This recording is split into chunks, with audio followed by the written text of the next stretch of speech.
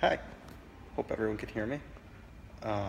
Doing this horizontal for the first time, so if I accidentally put my hand on the camera, I apologize. It's just a way to hold the phone. So let's jump right to it. Welcome back to another Facebook Live session with me, Jeremy Frankel of the Daily Wire and NOQ Report, which is formerly the New Americana, but they switched over to a new name and site. Highly suggest you guys check it out. It's really, really good, and they could use a lot of traffic. It's a really cool site. Yeah, it's been a while. I haven't been on in about 3 weeks. Just been very, very busy, and I'm happy to be back. So let's jump in.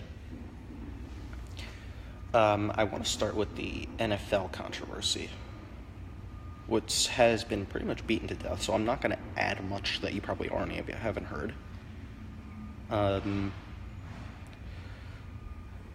So here's what I'm going to say.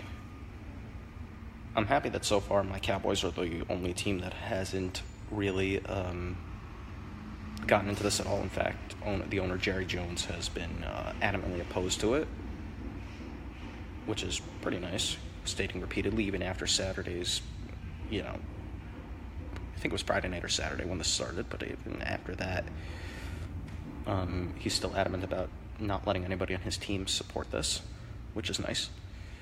He's basically stated that the national anthem is not a place to stage a protest because it's supposed to unite us, which is a pretty sensible position, if probably the only sensible position I can think of, but you do you.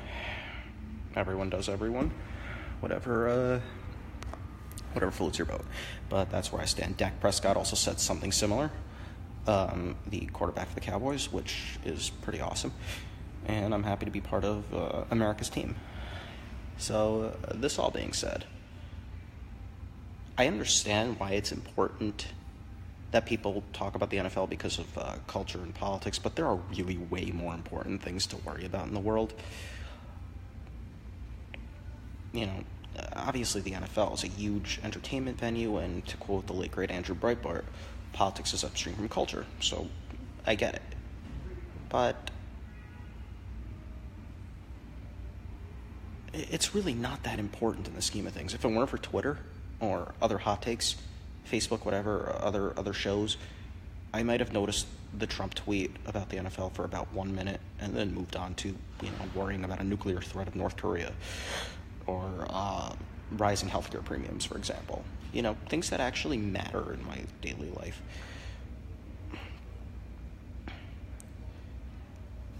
But more importantly, yeah, the NFL's ratings are cratering, have been cratering ever since Colin Kaepernick did this in the first place in August 2016, I believe it was. And you could see that the majority of Americans do not like this. It's terrible. And it's nice to see that the left is really showing its true colors, and they do this often, but it's just fun to watch them, shoot themselves in the foot.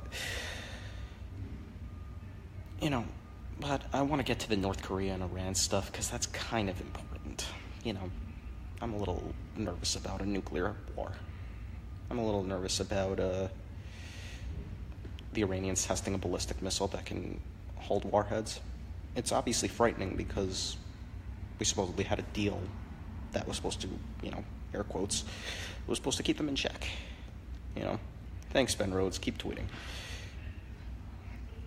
But now they have a weapon that can reach Israel. It's called the, if I may, I'm going to read this from here. I'm not sure exactly how to pronounce it.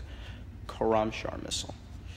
It has a range of 1,250 miles. It can attach tons of warheads to it, multiple warheads. And they've been working with North Korea, who is now threatening America. Iran's threatening Israel. And together, they're pretty much probably the scariest threat on Earth right now.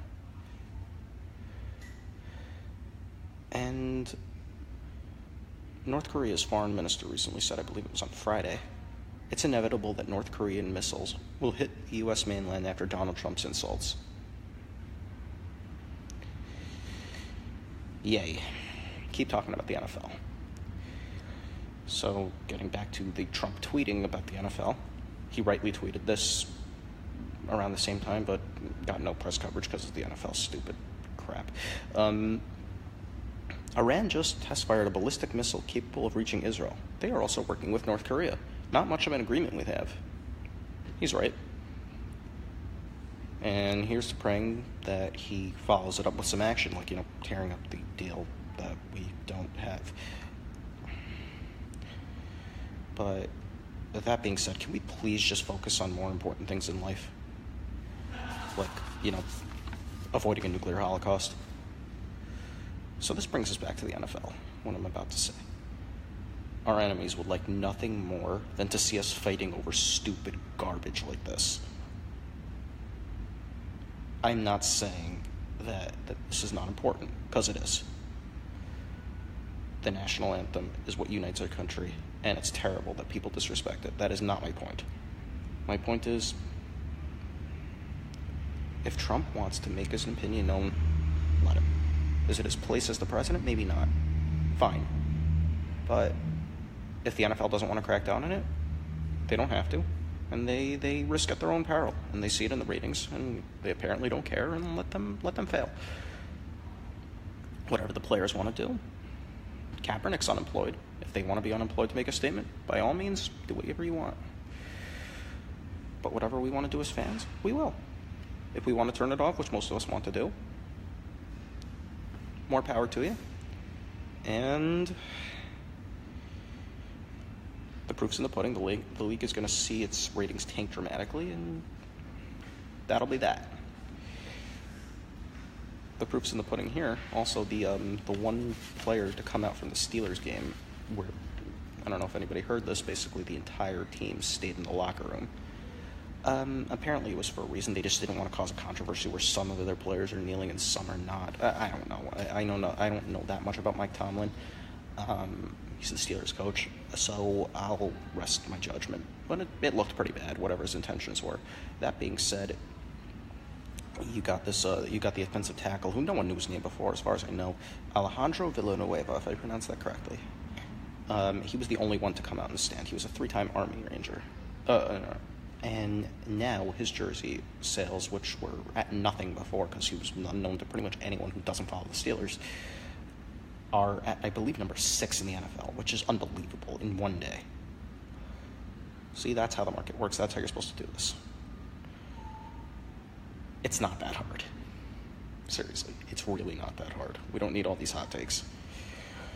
But, okay, want to know my opinion? Honestly, I'm totally with Trump on this. I don't care. This started before him. Kaepernick pulled the first stunt last summer, as I said before. Before Trump won or was in any position of power, he was just a talker. Okay, running for president, but still just a talker. If the NFL was smart, they'd ban this because they don't want to lose their money or their ratings. I don't know why they haven't already, but that's just me. I'm not the commissioner of the NFL, and I have no power, but that's just my opinion. And again, do I think the president should say they'd be fired? No, I wouldn't like a public official, especially the president, to tell a private business what to do. But he echoed most of our sentiments. Most of everybody who's been tuning him out or just been annoyed and still don't know really what to do. He's exposed everybody who is severely anti-American. Clearly does not. If they want to kneel, then screw them. It's clear that the president presents the disrespect to our country that most of us hold dear. But the point is, who cares what I think the NFL should do? Or what the president thinks about it? Because in the end of the day, the NFL's the NFL. It's not a public entity. No one can do anything about it. Who cares? It's a small issue. We should realize what matters. And the North Koreans and the Iranians are laughing at us right now because of this. This is idiocy. We should realize what really, really makes a difference in our lives, such as, a nuclear holocaust, or the $20 trillion debt, or the healthcare system collapsing, or the wall, or the tax reform and the economy in general, or the country just succeeding or failing. Why are we doing this to ourselves? We're wasting so much mental energy and gymnastics on this that this is just, it's not good for us. It's not good for our country. It's not good. We're just being polarized by this. Not that we weren't before, but this is just another, monkey wrench thrown into it.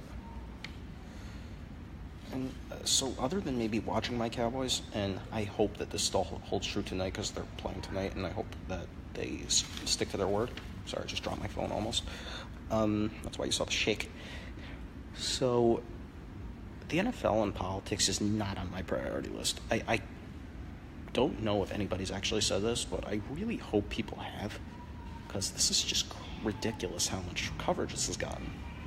I don't know who caused all the coverage to come. Maybe it was the president. I don't care. It's not relevant. I kind of wish that it wasn't. In an ideal world, it shouldn't. And other than my Twitter feed, it's really not. So, turn it off. Turn the NFL off if you want to, which I will if my team chooses to pull this garbage too.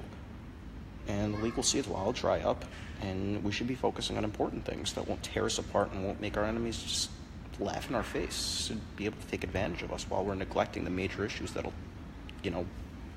affect the country and the world. So that's my take on the NFL. I don't care, and most of us shouldn't either. All right, so thanks everyone for watching, and if you can't watch now, hopefully you'll catch it later. I'm going to be putting this up on YouTube and Twitter as well. You can follow me on Twitter at Frankel Jeremy. That's my last and my first name. You could also like this page on Facebook, share it if you like it. You could subscribe to my YouTube channel, which this is going to be on later. It's Jeremy Frankel. You can find me on YouTube there. And you could find my writing at the Daily Wire, the NOQ Report, and at Red Alert Politics. And until next time, take care.